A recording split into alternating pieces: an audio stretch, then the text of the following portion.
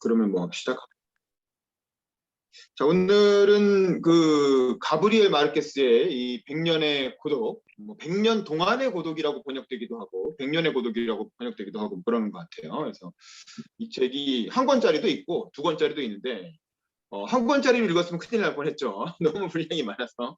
그래서 이제 두 권짜리로 이제 절반을 뚝 끊어서 이제 앞부분까지 이게 보니까 일권 끝이 그 아우렐리아노 세군도라고 하는 쌍둥이, 얘가 한 3세대쯤 되는 건가? 어쨌든 아우렐리아노 세군도라고 하는 쌍둥이 중에 한 명이 그 엄청난 그 미녀, 그 어디냐, 뭐 하여간 미녀 여왕, 그 축제에 데리고 왔던 그 외부 여왕이죠. 그 여왕하고 결혼하는 것까지가 일권의 끝이더라고요. 어쨌든 굉장히 신기하고 재미있는 이제 이야기 보따리를 풀어내는 그런 소설인데 어떻게들 읽으셨는지 상당히 좀 궁금합니다. 자, 우리 정지웅 변호사님, 사실 뭐 어머니 생신 때문에 일찍 나가셔야 된다 그랬으니까 나가시기 전에 간단히 소감 먼저 좀 얘기해 주시죠. 예, 이게 제가 책 읽기가 네네. 예, 이게 너무 좀 힘들었어요. 사실 이 책을 읽는데 막 이름도 힘들고 또 저는 이제 소설 자체를 이렇게 별로 좋아하지 않는데 어쨌든 그걸 너무 힘들어서 처음에는 아들한테 낭독을 시켰습니다. 제가 이제 힘들어서 묻고 있으면 앞부분에 낭독을 시켰는데 초등학교 4학년한테 낭독을 시켰는데 이제 이거 여보세요? 말씀하세요. 괜찮아요. 네. 예. 그래서 그 지금 아기들이 너무 시끄러워서 방에 또 잠깐 들어왔습니다. 네네. 그래서 그 낭독을 할 때까지는 뭐 좀 이상한 그런 부분이 없어가지고 그 아기들 보면 안 되는 부분 있잖아요. 그게 없어서 다행이었는데 그래서 어느 순간부터 이제 제가 이거 읽으니까 이거 갖다 계속 초딩한테 읽혔으면 큰일 날 뻔했다. 그런 이제 생각이 들었고요. 그래서 저도 이제 완독은 못했고 한 1권 한 반 정도 본 것 같습니다. 1권 반 정도 봤는데 이게 보면서 굉장히 이렇게 작가가 엄청난 내공으로 이렇게 막 쓴 거는 이제 느껴지는데 이게 책을 읽으면서 계속 좀 그 불편했고 그리고 이제 뭐 막 근친 막 이상한 이런 얘기들이 나오잖아요. 그렇죠. 그래가지고 그런 것도 이제 뭐 이제 좀 불편했고 그다음에 뭐 처음에 결투해가지고 누구를 죽이잖아요. 그렇죠. 예, 창으로 이렇게 해가지고 뭐 목에 뭐 맞았는지 뭐 그래가지고 그다음부터 또 계속 귀신이 따라다니고 막 계속 유령이 나타나고 그래가지고 이제 그 막곤도로 이동하게 되는 뭐 그런 과정들이 나오고 그다음에 또 그 집시인데 그 이름이 뭐 멜키아데스가 또 이제 나타나가지고 굉장히 또 막 이렇게 신기한 것들을 또 많이 주지 않습니까? 이제 뭐 그런 거였고 그래서 이제 나중에는 제가 오늘 모임을 참가해야 되니까 막 구글에서 그 100년의 고독 줄거리 뭐 이래가지고 블로그에 뭐 그림하고 또 잘 정리해 놓은 게 있더라고요. 그래 보니까 그래가지고 이제 이렇게 막 집단 학살도 이루어지고 뭐 바나나 농장에 집단 학살도 이루고 맨 마지막에 그 돼지 꼬리 달린 애가 태어나가지고 뭐 걔가 스포일러 하지 마세요. 그건 2권입니다. 2권. 오늘은 1권만 하는 거예요? 네, 오늘이 1권, 다음 달에 2권. 그렇구나. 저는 2권까지 다 해야 되는 줄 알고 그렇구나. 그럼 그래서 제가 오늘 예, 그건 몰랐습니다. 저는 1권까지 했고요. 그런데 이제 제가 이제 누가 추천해 줘가지고 탕루어라고 대만 작가가 있는데 그분 책이 이제 마르케스의 서재에서 이 책을 꼭 읽으라는 거예요. 누가 저한테. 그래가지고 옛날에 이 책을 사놓고 읽는데 이것도 너무 어려운 거예요. 책이. 이게 보다가 제가 이게 책을 읽는 게 너무 힘든 거예요. 근데 뭐 어떤 우리나라 사람들이 쓴 책들은 이렇게 술술 넘어가는데 이 책은 좀 안 넘어가고 그리고 탕로 책을 또 제가 하나 산 게 있어요. 명예부 권력에 관한 사색이라고. 그것도 탕로가 쓴 책인데 그 책에 이렇게 오늘 아침에 어제 저녁에 책이 배달돼 왔는데 여기에도 한 챕터가 그게 있더라고요. 마르케스의 기상천외한 아이디어 해가지고 그 뭐 피노체트하고 약간 이렇게 이 작가가 나는 피노체트 정권이 무너지기 전까지 한 권 분량의 단편들을 쓸 수 있기를 바란다. 뭐 이런 식으로 그렇게 해서 하루하루 지나가는 날들이 곧 삶이다라고 이 탕노가 또 책을 썼더라고요. 그래서 그 끝부분이 어떻게 나오냐면 결국 저기 뭐냐 피노체트도 죽었고 마르케스 모두 고인이 되었다. 그래서 사후 마르케스는 쉽게 피노체트를 압도했고 계속 그래왔으면 아마 그럴 수밖에 없었을 것이다. 뭐 이런 내용 오늘 저기 보니까 이게 있어가지고 그것도 이제 소개시켜드리고 그래서 좀 이게 서평이 너무 제 진술이 너무 허접해가지고 죄송합니다. 예. 진술 네. 아니고 소감. 이렇게 소감. 변호사님이랑 진술. 이게 이제 마르케스가 살아생전에 피노체트랑 친분이 되게 깊었죠. 그 마르케스가 이 책을 내고 나서 노벨 문학상을 받아서 엄청 유명해져가지고 이 남미를 대표하는 셀럽 작가가 된 거예요. 그러니까 또 남미를 대표하는 셀럽 정치인이었던 피노체트랑 이제 이런저런 친분이 생겨서 굉장히 우호적인 관계로 또 마르케스 자체가 약간 좌파 성향의 공산당 활동도 좀 했던 분이고 기자 출신. 네, 그래서 피노체트랑 아마 엮여갖고 아마 얘기를 한 것 같아요.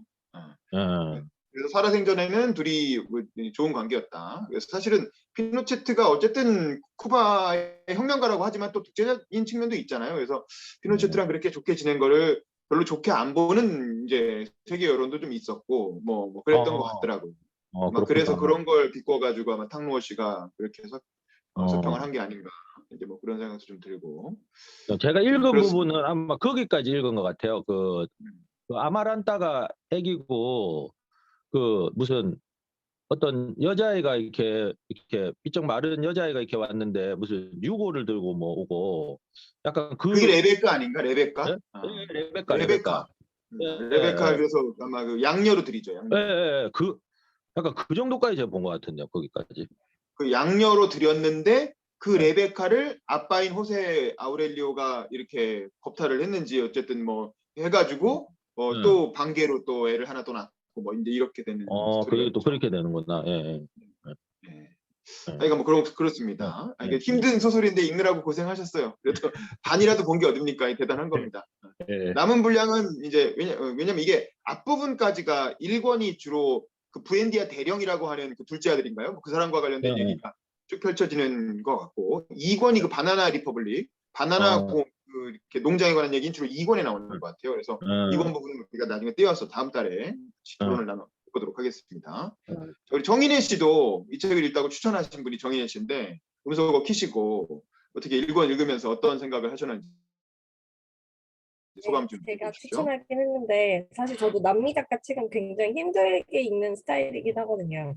이 책 전에 그 가브리엘 가르시아 마르케스가 쓴 족장의 가을이라는 책이 있었어요. 그거는 이 책은 이제 100년 동안의 라틴 아메리카를 배경으로 한 어떻게 보면 소설이잖아요. 그거는 한 인물, 어떤 장군이라는 인물이 100년 동안에 어떤 식으로 변해가는지에 대한 소개를 하는 내용이었는데, 근데 읽다 보니까 되게 비슷한 거예요, 스타일이. 그 책도 읽으면서 이 사람은 분명 한 명 1인칭 시점으로 나오는데 그 장군이 100년간 계속 바뀌어요.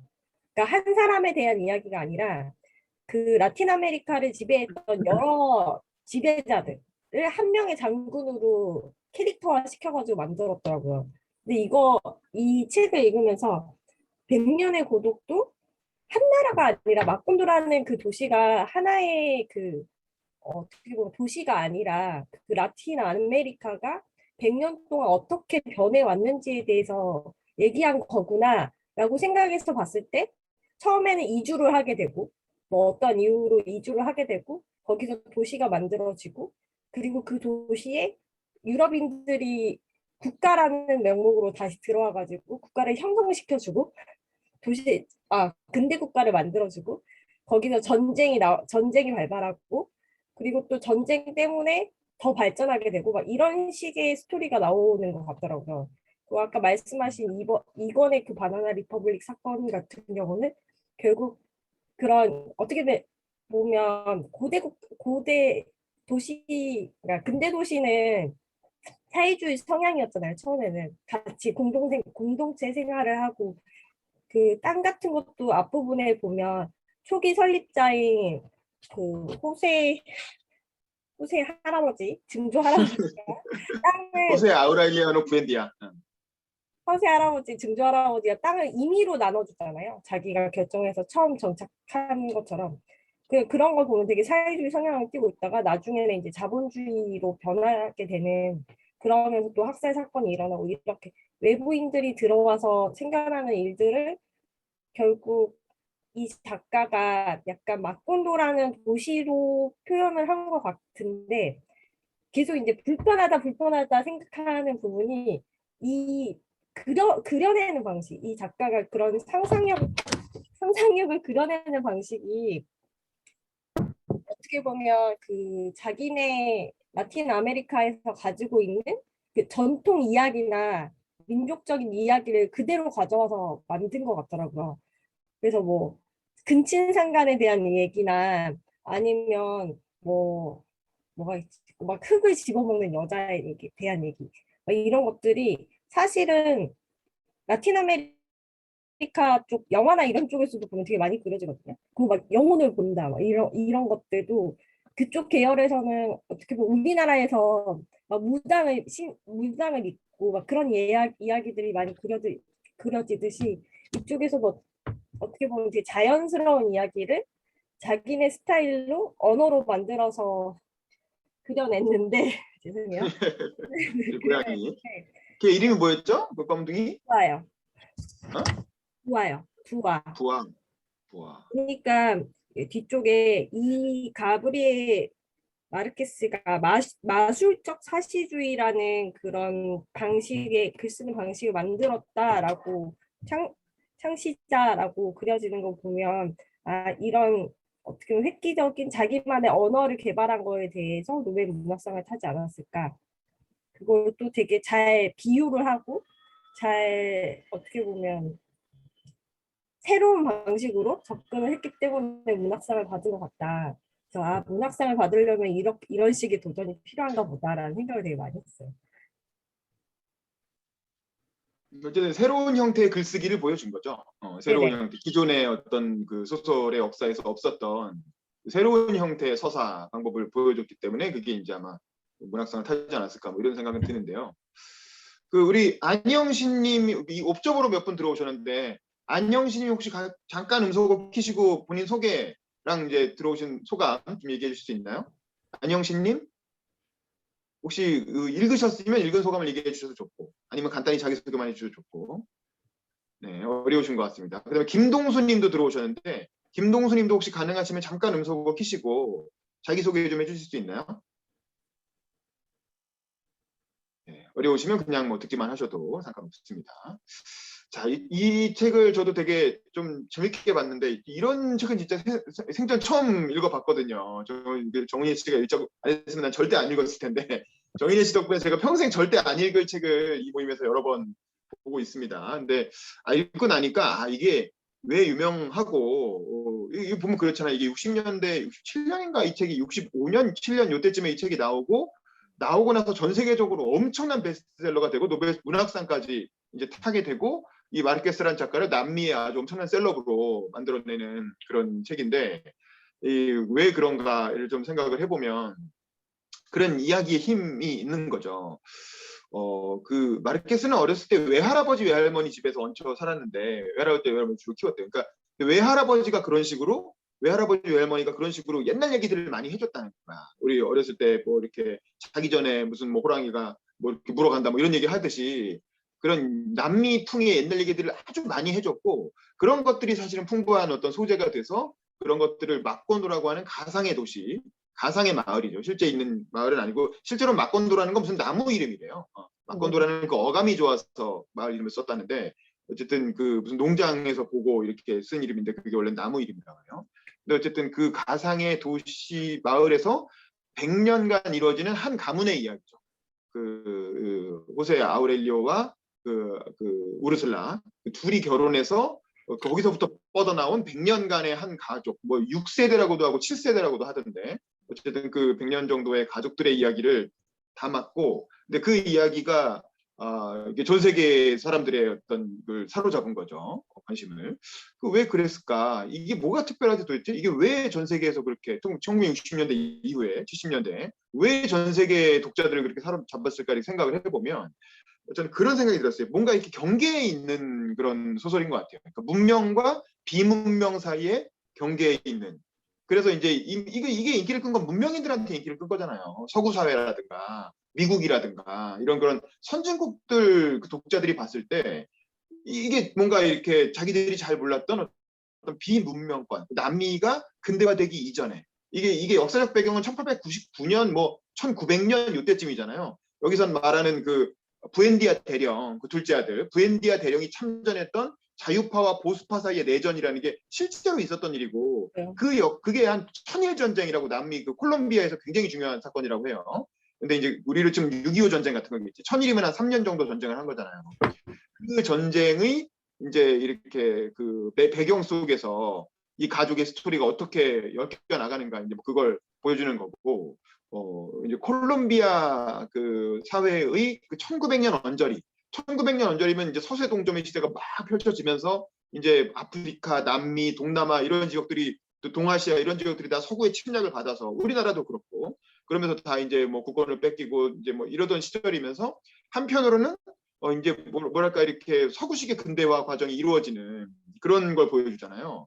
그래서 그 문명과 비문명의 관계, 물론 여기서 문명이라는 건 이제 서양의 관점이라고 할 수도 있겠지만 어쨌든 이 문명과 비문명의 관계, 근대와 전근대 경계에서 나타나는 그런 혼란스러운 그런 인식의 어떤 과정을 소설이라는 형태로 서구인들이 읽을 수 있게.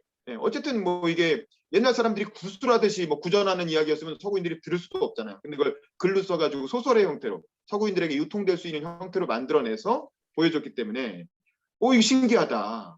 우리가 몰랐던 어떤 이렇게 남미에는 이런 문화가 있었구나라는 거를 이렇게 들여다보는 그런 재미를 제공했던 게 아닌가 싶고 그러니까 우리나라에서는 이런 소설이 제가 지난번에 카톡방에 얘기했지만 박경리 선생의 토지가 이런 정도 스케일의 소설이라고 할 수 있겠죠. 거의 그 토지도 뭐 구한말부터 시작해서 한국전쟁 이후까지인가요? 뭐 어쨌든 60, 10년에 걸친 얘기. 그리고 이제 국내뿐만 아니라 막 그게 토지 서희 씨를 중심으로 하는 가족이 그 최부자 댁인가 뭐 그렇잖아요. 근데 쭉 이렇게 떠나가가지고 뭐 이렇게 러시아까지 가고 막 그러지 않나? 저는 읽어보진 않았어요. 근데 만화로만 좀 앞부분만 좀 봤는데, 그러니까 그런 대하. 근데 그 가족의 이야기가 중요한 이유는 우리 민족이 겪었던 그 구한말과 일제 시대와 독립운동과 뭐막 해방 이후 뭐 냉정과 이런 것들이 쭉 다 그 가족사에 녹아 있잖아요. 마찬가지로 이 부엔디아 그 가족의 이야기도 콜롬비아라고 하는 나라가 겪은 현대사. 그게 이제 1권에서는 주로 내전의 이야기가 나오고 2권에서는 이제 바나나 농장의 이야기, 노동운동에 관한 얘기가 나오는 거죠. 그게 사실은 이게 뭐 남미 이거 신기한데라고 남미의 문화를 들여다보지만 사실은 이제 우리가 알고 있는 그런 근대화 과정에서 생기는 일반적이고 보편적인 내용이 담겨 있는 그런 소설이라서 그 경계, 이게 알 듯 모를 듯한 그 경계에서 이제 썰을 풀어내고 있는 거죠. 그래서 과학과 비과학의 경계, 문명과 비문명의 경계, 또 서구와 어떤 이렇게 남미의 경계, 이제 그런 것들이 이 소설의 어떤 묘한 매력을 형성하면서 빨려들어서 보게 되는 그런 측면이 있는 게 아닌가 저는 그런 생각이 들었고 이 막본도라는 마을이 생겨난 계기도 근친상간이잖아요. 사실은 이 소설의 가장 중요한 테마 중에 하나가 근친상간인데 왜냐하면은 후세 그 아우렐리오하고 우르슬라가 사촌지간이란 말이지. 사촌지간은 사실은 결혼하면 안 되잖아요. 결혼하면 안 되는 이 둘은 서로 사랑했기 때문에 결혼을 감행하는 거거든. 결혼을 감행하는데 같이 살 수는 없었기 때문에 왜냐하면 이 사촌지간에 결혼하면 돼지꼬리 달린 애가 나온다. 이게 동물이 나온다라고 이제 그게 이제 알다시피 근친상간이 반복되다 보면 기형아가 나오잖아요. 그건 이제 현대 유전학의 어떤 이렇게 연구 성과에 의해서 검증된 사실인데 그 비문명 사회, 고대 사회는 그걸 잘은 몰랐지만 그게 왜 그런지 과학적으로 몰랐지만 경험적으로 알았던 거지. 근친상간을 자꾸 하다 보니까 기형아가 나온다는 걸 경험적으로 알았기 때문에 그걸 하지 말라고 경고하는 의미에서 그런 돼지꼬리나 달린 애가 나온다라는 그런 그 소문이 있었던 거고 미신이 있었던 거고. 근데 이제 그걸 두려워하면서도 사촌끼리 사랑을 하게 됐으니까. 왜냐면 조족 사회라는 게 어차피 그 동년배 애들도 얼마 안 되고 같이 어울려 살다 보면 눈 맞고 이럴 수 있잖아요. 그래서 이제 그러니까 결국엔 둘이 탈출을 감행해서 아예 마을을 떠나가지고 거기서 살인 사건도 있고 뭐 그런 거죠. 그렇게 해서 이제 결국에는 둘이 떨어져 나와서 막건도라고 하는 그 강가에 둘이서 마을을 건설하고 자식들을 낳고 또 사람들이 오가면서 조그만 마을이 형성되는 그 아주 원시 초기의 어떤 부족 사회의 초기 모습부터 시작하는데 그 근친상간이라는 게 사실은 인류학에서 말하는 문명과 비문명을 가르는 그 누굽니까? 이 유명한 인류학자 중에 그 열대 무슨 열대인가? 뭐 하여간 그 있잖아요. 이제 그 인류학자 보면은 그 사람이 문명과 비문명을 가르는 경계는 근친상간이라고 얘기를 하는데 근친상간을 인정하느냐 금기시하느냐에 따라서 문명과 비문명이 갈라진다고 흔히 얘기를 하는데 이제 그런 면에서 어쨌든 이 마을의 출발부터가 약간 문명인지 비문명인지 애매한 이제 그런 그 출발점을 보여주는 거. 그러니까 이제 신기하죠. 우리는 문명 세계를 살고 있는데 비문명 세계의 삶이라는 걸 이제 들여다볼 수 있는 이 소설을 통해서 이제 계기가 제공되니까 재미있고 좀 신기한 면이 있는 거고.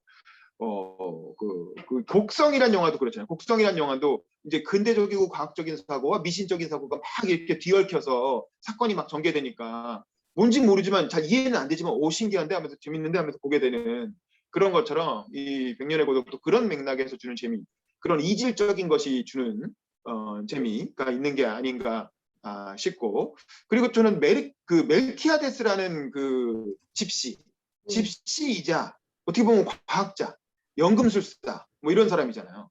그래서 이 멜키아데스가 뭘 갖고 오냐면 되게 신기한 것들을 막 보여준단 말이야. 그 중에서도 뭐 얼음도 보여주고, 얼음이 또 굉장히 중요한, 불타는 얼음 이렇게 해가지고 얼음이 너무 차가운데 손 대니까 뜨거 하는데 그게 차가운 거야. 요게 이제 마르케스가 어렸을 때 실제로 경험했던 일이라고 해요. 그런 에피소드들을 이 소설의 중요한 장치로 집어넣는데, 근데 이제 멜키아데스가 가져온 게 이제 연금술인데 그것도 사실은 과학과 비과학의 경계에 있는 거잖아요. 유사과학이죠. 사실 연금술이라는 건 일종의 유사과학. 그게 이제 과학으로 인정받지 못했는데 중세 시대에도 서양도 연금술에 빠졌던 거 아닙니까?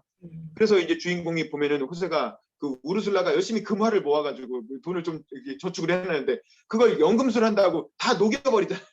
녹여갖고 완전히 쓸모없는 돌덩이로 이렇게 쇠덩이로 만들어버리잖아요. 근데 그걸 다시 거기서 금을 이렇게 분해내는 거에 또 몇 년을 매달리고 막 이렇게 되는데 그런 것도 그런 재미있는 과학 에피소드인 것 같고, 그래서 저는 이게 근대 학문이라는 게 이렇게 중요하구나 이런 생각이 든 게, 이게 결국 이게 남미에 만약에 전통적인 의미의 그 미국식 대학 같은 시스템이 있었으면, 근데 과학이 들어와 있었으면, 그런 교육 과정이 들어왔으면 그런 집시한테 빠져가지고 연금술 배우느라고 몇 년씩 허송세월하고, 근데 결국 아무것도 결과 남는 건 없고 이제 이런 일은 없었을 텐데, 어쨌든 이제 그런 과학의 어떤 혜택을 받지 못한 어찌 보면 비문명 사회에서 그 유사과학에 이제 빠져서 그 일대 후세 아우렐리오는 그거에 빠져갖고 허우적대다가 결국에는 뭐 그냥 죽게 되죠. 그래서 나중에는 뭐 약간 노망이 들어가지고 뭐 나무에 묶여있기도 하고 뭐 죽었는데 노란 비가 내리고 뭐 이랬다는 거 아닙니까? 어쨌든 그게 이제 일대에 대한 이야기고, 특히 또 저는 이 소설에서 가장 중요한 건 우르슬라라고, 특히 일권에서 가장 중요한 이 마을의 어떤 중심을 잡아주는 인물은 우르슬라. 근데 이 우르슬라는 이제 토지로 치면 서희 같은 그런 존재라고 해야 되겠죠. 뭐 서희는 엄청난 초미녀, 그 레메디오스 같은 미녀로 이렇게 그려지지만 우르슬라는 그건 아니고 되게 강인하고 굳센, 이제 뭐 우리가 상상할 수 있는 아줌마의 외모겠죠. 아줌마 할머니의 뭐 되게 뚱뚱하고 이렇게 뭐 혈집도 있고 하지만 이제 굉장히 고집 이렇게 있으면서 단호하고 결단력 있고 이렇게 가족을 지키려는, 남자들이 되게 쓸데없는 거에 빠져갖고 무슨 혁명을 하니 전쟁을 하니 하면서 해외로 떠돌고 뭐 무슨 이러면 이제 우르슬라가 딱 마을의 중심을 잡아주는 그런 역할을 하는 중요한 캐릭터인 것 같고, 이게 이 책의 앞부분에 보면 나와요. 이 민음사판에 보면 이게 호세가 자꾸 이렇게 무슨 미신에 빠져갖고 또 이 마콘도가 자기는 뭐 무슨 바닷가 있고 엄청 넓은 지역인 줄 알았는데 알고 보니까 조그만 이렇게 동네였다는 거죠. 그래서 마콘도가 이거 호세가 마콘도를 떠나려고 하잖아요. 떠나려고 하니까 우르슬라가 딱 하고 중심을 잡으면서 못 나가게 막죠. 여기 30쪽에 보면 맨 위에 당신들이 이곳에 머물도록 내가 죽어야 할 필요가 있다면 난 죽겠어요. 그러니까 내가 목숨을 걸고라도 난 이 마을을 지키겠다. 나갈 거면 나 죽이고 나가라. 이렇게 되는 거죠. 호세 아르카디오 부엔디아는 아내의 의지가 그토록 굳은지 몰랐었다. 그는 자신이 꿈꾸는 상상의 세계에서 일어나는 매혹적인 것들에 대해 말하고 땅에 마법의 액체 몇 방울만 떨어뜨려도 원하는 과일이 나무에 주렁주렁 열리는 병에 좋은 갖가지 약을 헐값으로 살 수 있는 신비로운 세계를 약속하면서 그녀를 꼬드겨 보려고 했었다. 그러니까 야, 나 가면은 진짜 뭐 엄청난 뭐 이상 국가가 있어. 그러니까 뭐 유토피아가 있으니까 나랑 같이 떠나라고 이렇게 남자들은 이런 허황된 생각을 한다. 그러면서 뭐 혁명이니 뭐니 뭐 이렇게 하겠다고 하는데 근데 그러나 우르슬라는 그의 통찰력에도 냉담하기만 했다. 그런 말도 안 되는 헛생각 따윈 집어치우고 당신 애들이나 좀 챙겨요. 애들이 어떻게 지내는지 좀 보라고요. 꼭 당나귀 새끼들처럼 제멋대로라니까요. 하고 그녀가 대꾸했다. 그러면서 호세 아르카디오 부엔드는 아내 말을 고지고대로 받아들였다. 이제 결국에는 이 우르슬라가 마을을 지켜낸 거예요.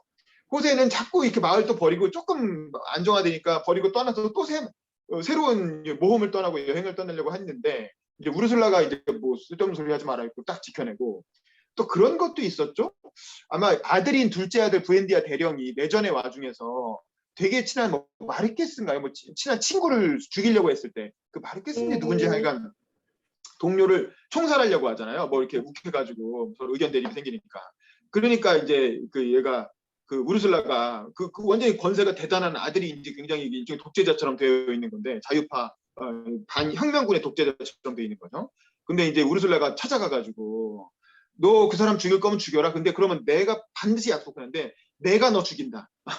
그 어머니가 그러니까 엄마니까 할 수 있는 말이죠. 아무리 그 아들이 권세가 대단해도 친엄마인데 친엄마를 어떻게 하겠어요. 그러니까 그 아들이 나중에는 자기 원을 뭐 3m 이내에 분필로 원을 그려갖고 그 안에는 왜냐면 암살의 위협에 자꾸 시달리니까 그 경비병을 세워갖고 못 들어오게 한단 말이야. 그러면서 막 독재로 치닫잖아요 마을에서. 근데 그거를 어머니가 가서 이렇게 막 경고해가지고 그 친구 못 죽이게 하고 뭐 그런 에피소드도 있고 이제 그런 것처럼 이 우르슬라라고 하는 그런 강력한 그 강인한 생존력을 가진 생활력을 가진 그 여인이 결국 이 마을과 가족의 역사를 굳건하게 지켜내는 게 아닌가 이제 뭐 그런 생각도 들고 그래서 이 끝에 보면 280쪽 끝에도 우르슬라에 대한 묘사가 나오는데 재밌었어요. 우르슬라는 나이가 벌써 100살이나 되었고 백내장으로 실명이 될 순간에 있었다 해도 육체의 활력과 고결한 성격, 정신적 균형 감각을 유지하고 있었다. 가문의 명성을 복구시켜야 하는 덕망 있는 남자를 즉 우르슬라 자신이 생각하기에 부엔디아 가문의 몰락을 초래했던 4가지 재앙인 전쟁이라든가 싸움 따기라든가 생활이 추잡한 여자들이라든가 그러니까 뭐 이렇게 도박에 빠지거나 여자에 빠지거나 황당무계한 일 같은 미신에 빠지거나 이런 걸 입에 올리는 걸 단 한 번도 볼 수 없는 그런 남자를 길러내는 데는 우르슬라 자신보다 더 나은 사람은 아무도 없었다. 이 아이인 신부가 될 거야. 그리고 하느님께 날 계속 살아있게만 해주신다면 난 이 아이가 교황이 되는 모습을 볼 거야. 우르슬라가 엄숙하게 선언했다.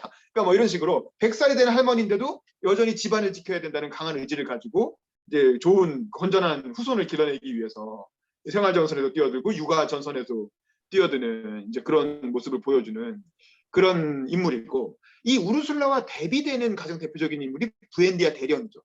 둘째 아들인 부엔디아 대령. 부엔디아 대령은 그러니까 아버지는 약간 미신에 빠져갖고 그렇게 살다가 이제 가신 분이고 둘째 아들인 부엔디아 대령은 혁명에 빠지죠. 내전에 뛰어든단 말이에요. 그래서 이제 공화파, 보수파가 현재 콜롬비아의 집권 세력이고 자유파가 이제 혁명 세력이었던 것 같은데 사실 이 보수파와 자유파라는 게 뭔지 자유파가 뭘 목적으로 하는 사람들인지는 잘 몰라요. 아마 이제 자유파는 아마 주로 농민들, 가난한 농민들을 대상으로 하고 보수파는 아마 대지주나 토지를 뭐 지키려는 사람들이었겠죠. 근데 뭐 그게 자세히 설명되어 있지는 않아. 그냥 보수파, 자유파로만 나오고 정책적인 의견도 조금 나오긴 하는데 뭐 좀 자세하진 않죠. 근데 어쨌든 자유파의 대변자가 돼서 그 콜롬비아뿐만 전국을 돌아다니면서 남미 뭐 전역을 돌고 뭐 세계 일주도 했다는 식으로 막 나오는데 그러면서 엄청나게 폭동을 가는 데마다 일으키고 해가지고 이렇게 반군의 상징이 돼서 혁명적인 삶을 살잖아요, 말 그대로. 전쟁 영웅으로서 혁명적인 삶을 살고 그러다가 나중에는 뭐 이렇게 뭐 이겼다가 졌다가 또 사형 선고를 받아가지고 총사령이 집행될 뻔했다가 총살 직전에 또 누가 와서 구해줘서 그 부사일생으로 살았다가 그러다가 이제 뭐 내전을 하다 지쳐갖고 아유 도저히 못 먹겠다 해서 그냥 나중에 휴전을 하죠. 일종의 항복을 하는 거죠.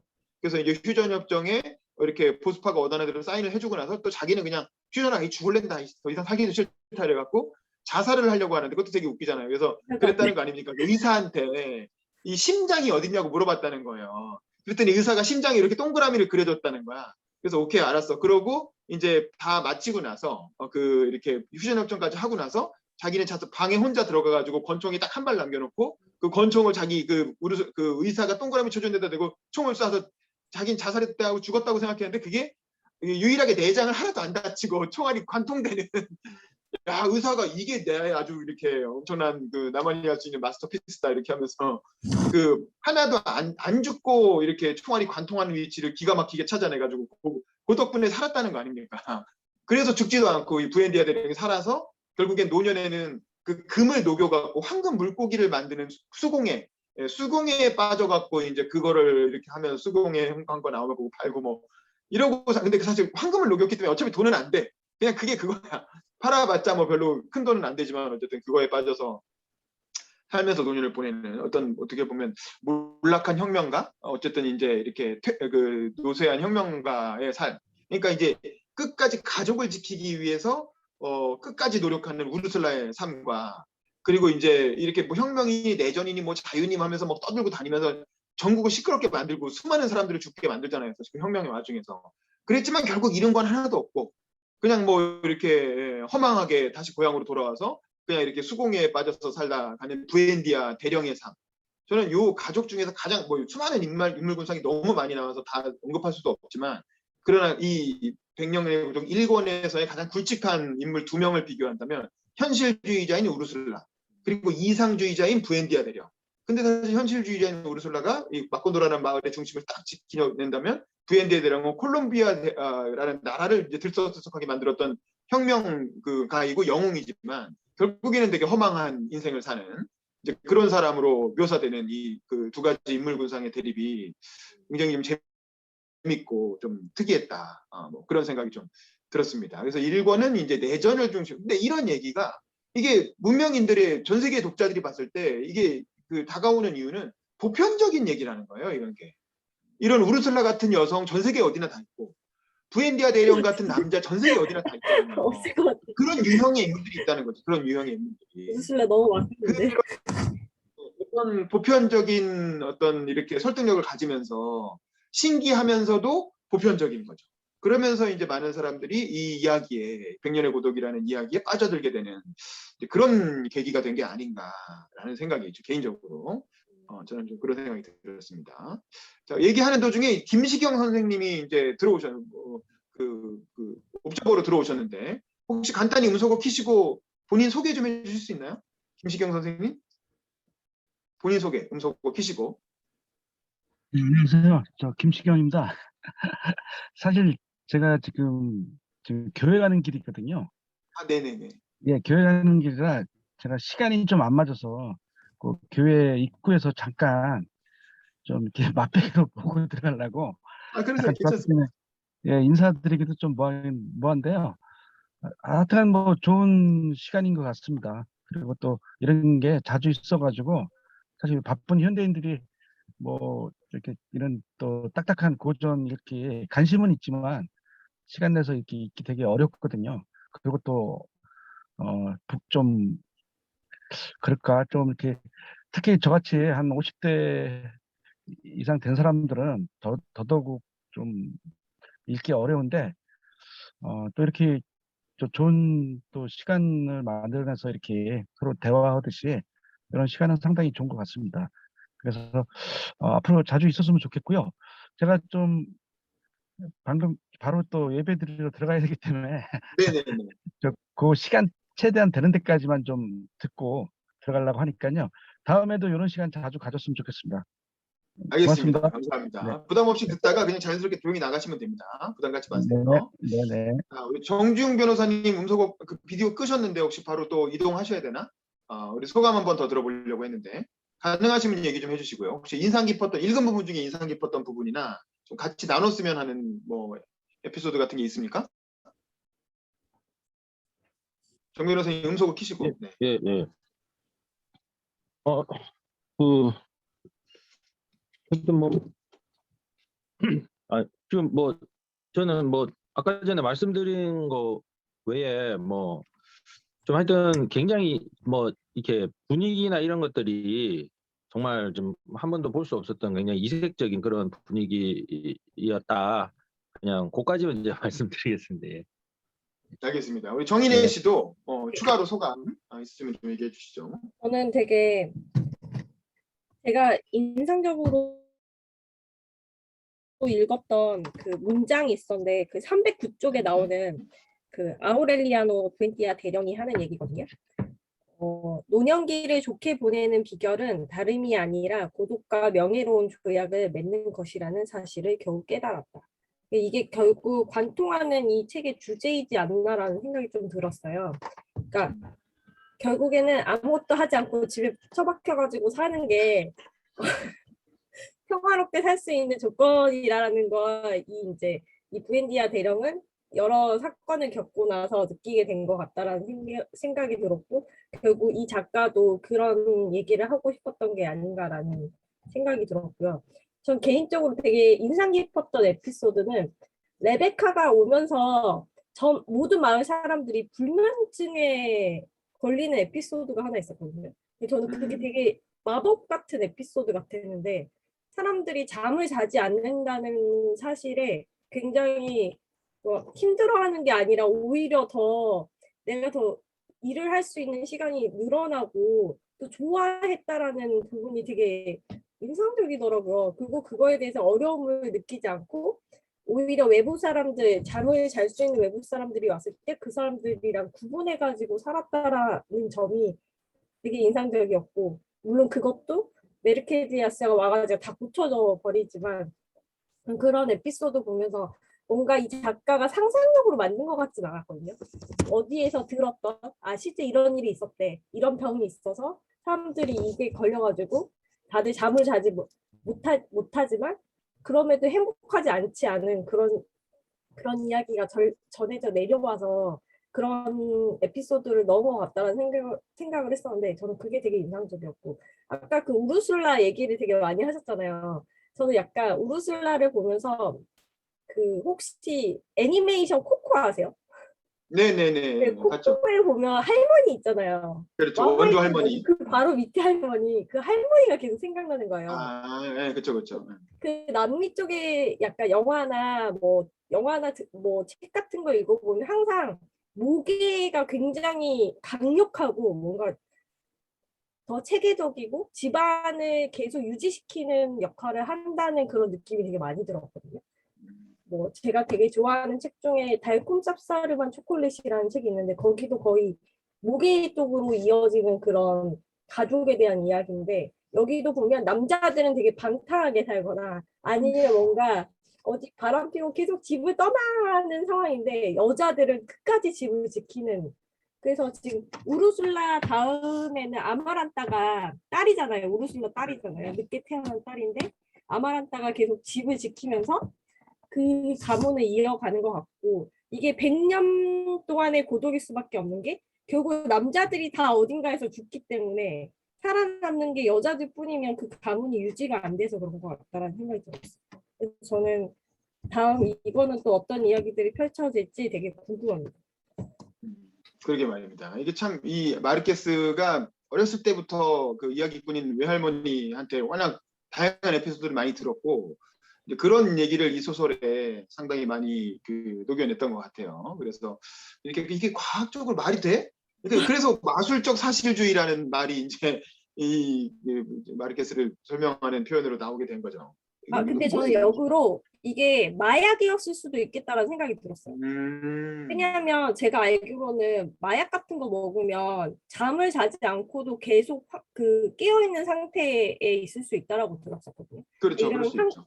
워낙 이제 아마존이나 이런 쪽에서 그런 허브로 사용되던 마약 같은 걸 복용하고 그런 식의 옮겨갔을 수도 있을 것 같다라는 생각을 조금 했었는데, 그럼 이제 이 작가가 상상해서 쓴 거일 수도 있고, 어쨌든 어딘가에서 들어서 쓴 얘기니까 실제로 그렇게 모두 마을 사람들이 그런 약 같은 걸 복용하고 그렇게 유지될 수도 있었겠다라는 생각이 좀 들긴 하더라고요.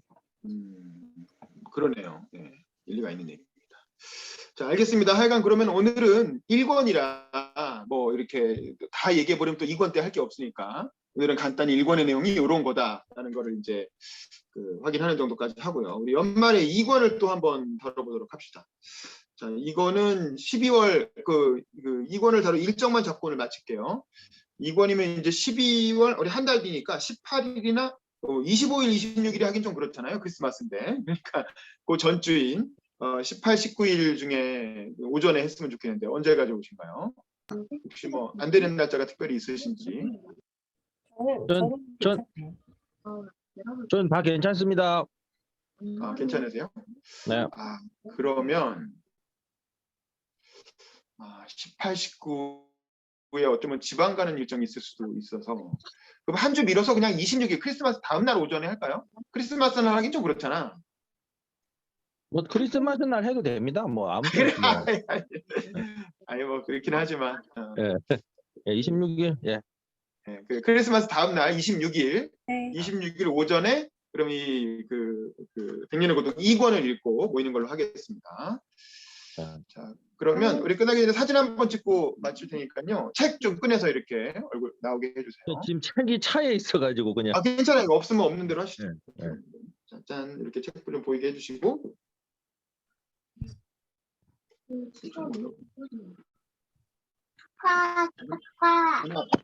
네네네. 우리 애기가 있는 모양입니다. 네. 이거 하나, 둘, 셋. 거의 그 테이프 거지다. 하트 뭘? 자, 한 번 더, 한 번 더. 하나, 둘, 셋. 네, 뭐 된 것 같습니다. 자, 고생하셨고요. 그러면 또 다음 달에 뵙겠습니다. 수고하셨습니다. 네, 바이바이.